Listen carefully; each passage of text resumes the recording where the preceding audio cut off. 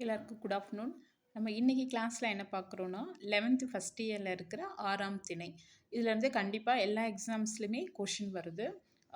Mainly வந்து group 2 group 1ல் கூட இந்த கொஷின் தான் அதிகமாக கேட்டிருக்காங்க. டெட்டிலையுமே கேட்டிருக்காங்க. ஓகேங்களா? ஸோ ஓகே, இந்த லெசன் நம்ம பார்க்கலாம். இதில் வந்து 6ஆம் திணை ஹெட்டிங். 6ஆம் திணை அப்படின்னா இங்கே என்ன சொல்லியிருப்பாங்க அப்படின்னா, வெளிநாட்டு தமிழர்களை வந்து மெயின் பண்ணி நமக்கு வந்து சொல்லியிருப்பாங்க. நம்மளோட தமிழர்கள் வந்து வெளிநாட்டில் வந்து அவங்களோட வாழ்க்கை தரம் எப்படி இருக்குது, அவங்க எப்படி வாழுறாங்க அப்படின்ற மாதிரி சொல்லியிருப்பாங்க. அதில் வந்து பெரிய ஸ்டோரிஸ் நமக்கு என்ன இம்பார்ட்டன்ட் அது மட்டும்தான் பார்க்குறோம். ஓகேங்களா? இதில் வந்து நம்ம என்ன என்ன பார்க்குறோம் அப்படின்னா, இந்த பேஜில் பாருங்கள், இது இம்பார்ட்டன்ட். டேனியல் டிக்ஃபோ எழுதிய ராபின்சன் குருசோ அப்படின்ற அந்த நூல் இம்பார்ட்டன்ட். இது அடிக்கடி கேட்ட கொஷின். டேனியல் டிக்ஃபோ எழுதிய ராபின்சன் குருசோ எப்படி கொஷின் கேட்டிருந்தாங்கன்னா, ராபின்சன் குருசோ அந்த நூலை எழுதியவர் யார் அப்படின்ற மாதிரி கேட்டிருந்தாங்க. அப்போ யார்? டேனியல் டிக்ஃபோ. ஓகேங்களா? இந்த பேஜில் வந்து இதுதான் இம்பார்ட்டன்ட். அடுத்த பேஜ் வந்துருங்க. இதில் வந்து கீழே வந்து நற்றிணை பாடல் கொடுத்துருப்பாங்க. இந்த நற்றிணை வந்து கொடுத்துட்டு பாட் லைன் வந்து அடுத்த பேஜில் வரும். நற்றிணைன்றது இங்கே பார்த்துக்குங்க. நடுவில் இந்த டயக்ராம் வரும்.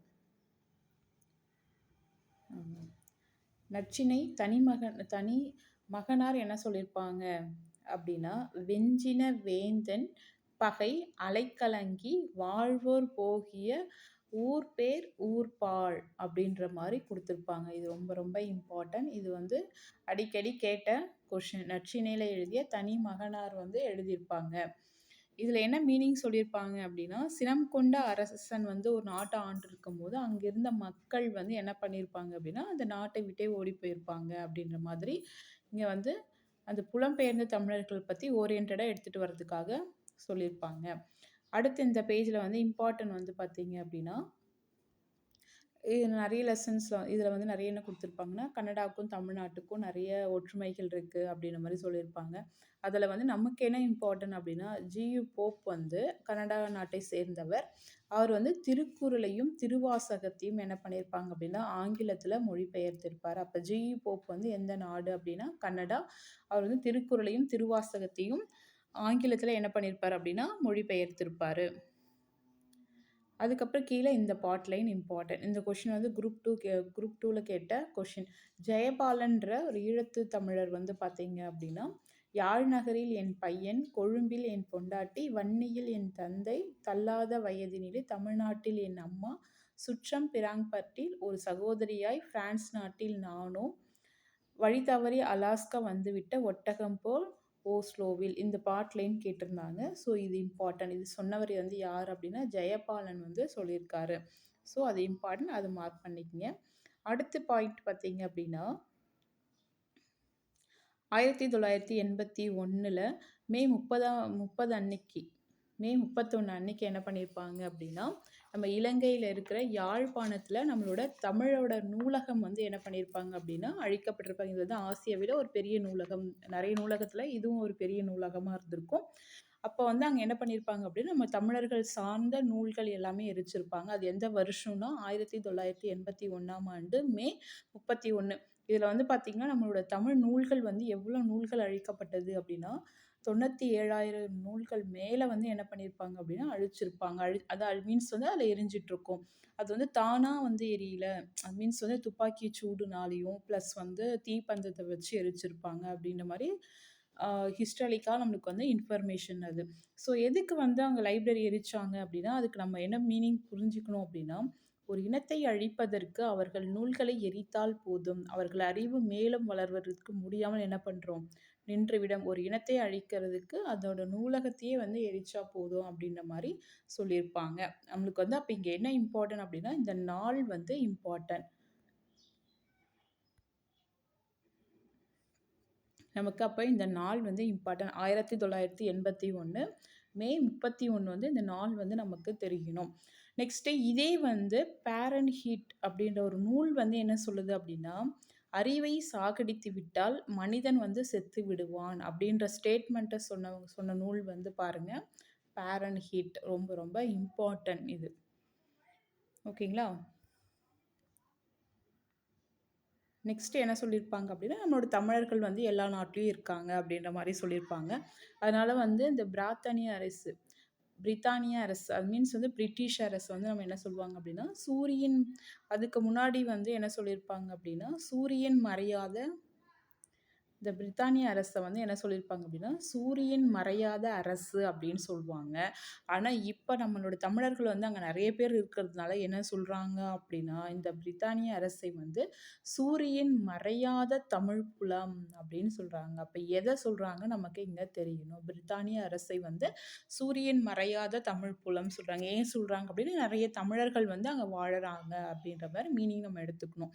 நெக்ஸ்ட் 2012ல இருந்து ஜனவரி 14 வந்து நம்ம என்ன சொல்றோம் அப்படின்னா, தமிழ் பாரம்பரிய நாள்னு சொல்றோம். இப்ப இயர் இம்பார்ட்டன்ட். 2012ல இருந்து எந்த நாள தான் நம்ம தமிழ் பாரம்பரிய நாள் சொல்றோம் அப்படின்னா, ஜனவரி 14 வந்து நம்ம என்ன சொல்றோம்? தமிழ் பாரம்பரிய நாள் அப்படின்னு சொல்றோம். அதுக்கப்புறம் உலகத்திலே 2வது பெரிய தேசம் வந்து நம்மளுக்கு என்னன்னு தெரியும். அடுத்த பேஜ்ல குடுத்திருப்பாங்க. கனடா அப்படின்றது. அங்க வந்து நம்ம தமிழர்களுக்கு சொந்தமான வன்னி வீதி இருக்கு. ஓகேங்களா? வன்னினாலே நமக்கு தெரியும். வன்னியர வந்து சொல்லுவோம் அப்படின்றது. அப்ப நம்ம தமிழர்கள்ல ஒரு இனமான ஒரு ஒரு ஒரு இனத்துக்கு வந்து அங்க ஒரு தெரு பேர் வச்சிருக்காங்க அப்படின்றது இங்க இம்பார்ட்டன்ட்டா சொல்லியிருப்பாங்க. ஓகேங்களா? இது வந்து வன்னி வீதின்றது தமிழர்களுக்கு சொந்தமான வீதியா எங்க இருக்கு அப்படின்னா, கனடாவுல இருக்கு அப்படின்னு சொல்லியிருப்பாங்க.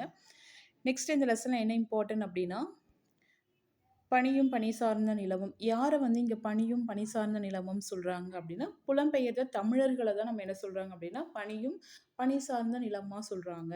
ஓகேங்களா? காமனா வந்து ஐங்குறுநூறுல வந்து என்ன சொல்லியிருப்பாங்க அப்படின்னா, குறிஞ்சி, முல்லை, மருதம், நெய்தல், பாலை அந்த 5த்துக்கும் வந்து 100 பாடல்கள் சேர்ந்து 500 பாடல்கள் இருக்கு அப்படின்ற மாரி சொல்லியிருப்பாங்க.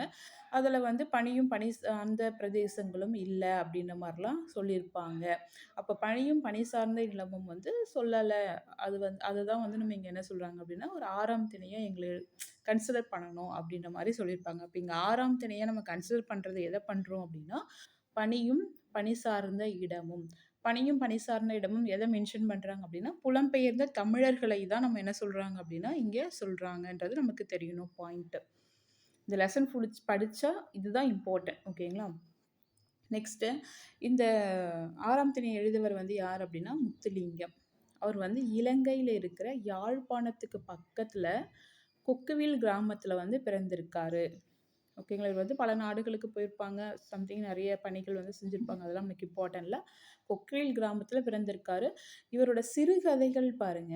அக்கா, மகாராஜாவின் ரயில் வண்டி, திகட சக்கரம் இதெல்லாம் வந்து இவரோட சிறுகதை தொகுப்புகள். நெக்ஸ்ட் வந்து வம்சவிருத்தி எனும் சிறுகதைக்காக 1996ஆம் ஆண்டுல தமிழ்நாடு அரசின் முதல் பரிசை வாங்கியிருப்பாங்க. நெக்ஸ்ட் வடக்கு வீதி எனும் சிறுகதை தொகுப்புக்காக என்ன பண்ணியிருப்பாங்க அப்படின்னா 1999ல இலங்கை அரசியோட சாகித்ய அகாதமி விருதை வந்து வாங்கியிருப்பாங்க. இந்த லெசன்ல அவ்வளோதான் இம்பார்ட்டன்ட். அப்புறம் இலக்கணம்லாம் தனியா ஒரு வீடியோ போட்டு பார்க்கலாம். அதுக்கப்புறமும் அதில் இம்பார்ட்டன்ட் பாயிண்ட்ஸ் வந்து இருக்கும் அடுத்த பேஜ்ல. அது இம்பார்ட்டன்ட். இது வந்து பேஜ் நம்பர் 22ல இருக்கும். ஓகேங்களா? இதில் வந்து என்ன சொல்லியிருப்பாங்க அப்படின்னா, மீனாட்சி சுந்தரத்தை வந்து கொஞ்சம் பெருமையான வேர்ட்ஸ்லாம் சொல்லியிருப்பாங்க. அவர் வந்து ஃபர்ஸ்ட் நம்ம என்ன சொல்கிறாங்கன்னு தெரியணும். புலமை கதிரவன் அப்படின்ட்டு போற்றப்படுபவர் யார் அப்படின்னா, மீனாட்சி சுந்தரனார். இவர் வந்து எங்கே பார்த்தீங்க அப்படின்னா, திருச்சிக்கு பக்கத்தில் அதவத்தூர் அப்படின்ற ஊரில் வந்து என்ன பண்ணியிருப்பார் அப்படின்னா, பிறந்திருப்பார். இவர் யார்கிட்டலாம் வந்து தமிழ் பயின்றிருப்பார் அப்படின்னா, திருவாவடுதுறை மாவட்டத்தில் தலைவரான சுப்பிரமணிய தேசிக, சென்னை சேர்ந்த தாண்டவராயர், திருத்தணிகை உலா, விசாக பெருமாள் இவங்க 3 பேர்கிட்ட தமிழுக்கு படிச்சிருப்பாரு. அப்போ இதில் வந்து புலமை கதிரவன் தெரியணும். யார்கிட்ட தமிழ் பயின்றார் அப்படின்ற இந்த பாயிண்ட்டும் தெரியணும். ஓகேங்களா? நெக்ஸ்ட்டு இவரை பற்றி நம்மளுக்கு இன்னொன்று என்ன தெரியணும் அப்படின்னா, சேக்கிழார் பிள்ளைத்தமிழ். சேக்கிழார் பிள்ளைத்தமிழில் இவரை பற்றி பெருமைகளை வந்து சொல்லியிருப்பார். அப்போ வந்து சேக்கிழார் பிள்ளைத்தமிழ் அப்படின்னா யாரோட பெருமைகளை கூறுகிறது அப்படின்னு கேட்டால், மீனாட்சி சுந்தரனாரோட பெருமைகளை வந்து சொல்லியிருப்பார். அதாவது சுயசரிதை நூல் மாதிரி எழுதியிருப்பாங்க. இவர் வந்து தல புராணங்களில் பாடுவதில் வல்லவர். ஓகேங்களா? தல புராணங்கள் பாடுவதில் வந்து வல்லவர். நெக்ஸ்ட் இவர் என்னெல்லாம் வந்து பாடி ரொம்ப ஃபேமஸ் ஆயிருப்பாரு அப்படின்னா, யமக அந்தாதி,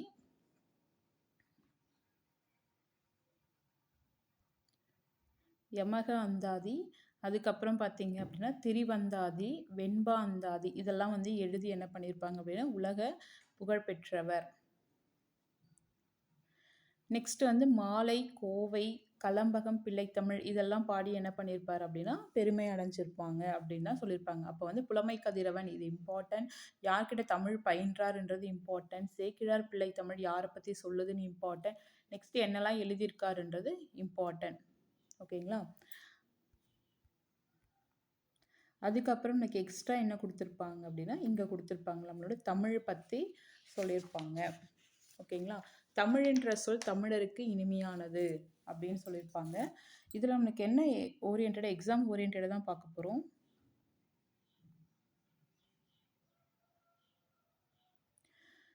தமிழ் மொழியை வந்து இனிமையும் நீர்மையும் தமிழெனல் ஆகும் அப்படின்னு சொன்னது எந்த நூல் அப்படின்னா பிங்கள நிகண்டு அப்படின்றது நமக்கு இங்கே தெரியணும்.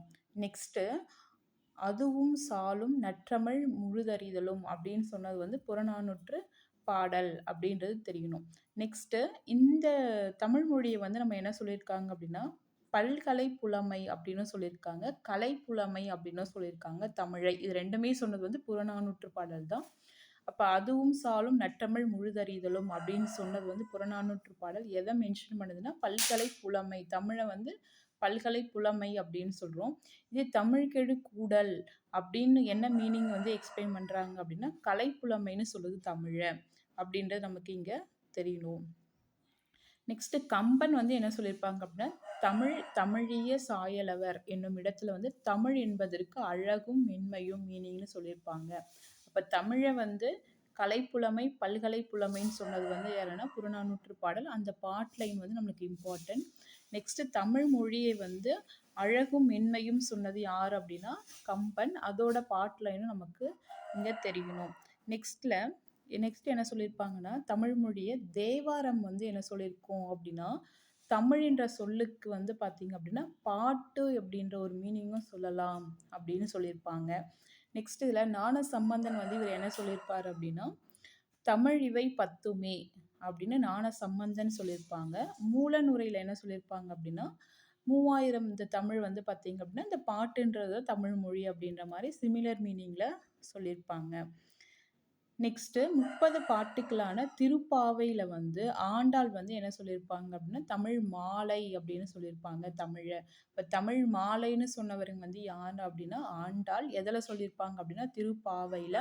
திருப்பாவையில் வந்து எத்தனை பாடல்கள் இருக்குது அப்படின்னா 30 பாடல்கள் இருக்குது அப்படின்னு நமக்கு இங்கே தெரியணும். அப்போ இதுதான் வந்து எக்ஸாம் பாயிண்ட் ஆஃப் வியூவில் நமக்கு இங்கே படிக்கணும். தமிழ் என்ற சொல்லுக்கு வந்து பிங்கள நிகண்டு என்ன சொல்லியிருக்கு அப்படின்னா இனிமையும் நீர்மையும் தமிழெனல் ஆகும். நெக்ஸ்ட் புறநானூறு வந்து என்ன சொல்லியிருக்கு தமிழை வந்து பல்கலை புலமை கலைப்புலமை அப்படின்னு சொல்லியிருக்கு. அதுக்கு என்னென்ன பாட்டு லைன் கொடுத்துருக்காங்கன்னு தெரியணும். நெக்ஸ்ட் கம்பர் என்ன சொல்லியிருக்காருன்னு தெரியணும். அப்புறம் தேவாரம் வந்து என்ன சொல்லியிருக்கு அப்படின்னா தமிழை வந்து பாட்டு அப்படின்ற ஒரு மீனிங்லேயும் எடுத்துக்கலாம் அப்படின்னு சொல்லியிருக்காங்க. அதுக்கப்புறம் ஞானசம்பந்தன் அவரும் வந்து தமிழ் வந்து பாட்டுன்னு சொல்லியிருப்பாரு. மூலனுரையும் அதே தான் சொல்லியிருக்கோம். நெக்ஸ்ட்டு திருப்பாவையில் ஆண்டாள் வந்து என்ன சொல்லியிருப்பாங்க அப்படின்னா தமிழ் மாலைன்னு சொல்லியிருப்பாங்க. அதில் எத்தனை பாட்டுக்கள் இருக்கும் அப்படின்னா திருப்பாவையில் வந்து 30 பாட்டுக்கள் இருக்கும் அப்படின்ற கான்செப்ட் நமக்கு வந்து தெரியும். நம்ம இதோட வந்து இயல் 1 வந்து கம்ப்ளீட் ஆகுது. இலக்கணத்துக்கு தனி வீடியோ போட்டுடலாம்.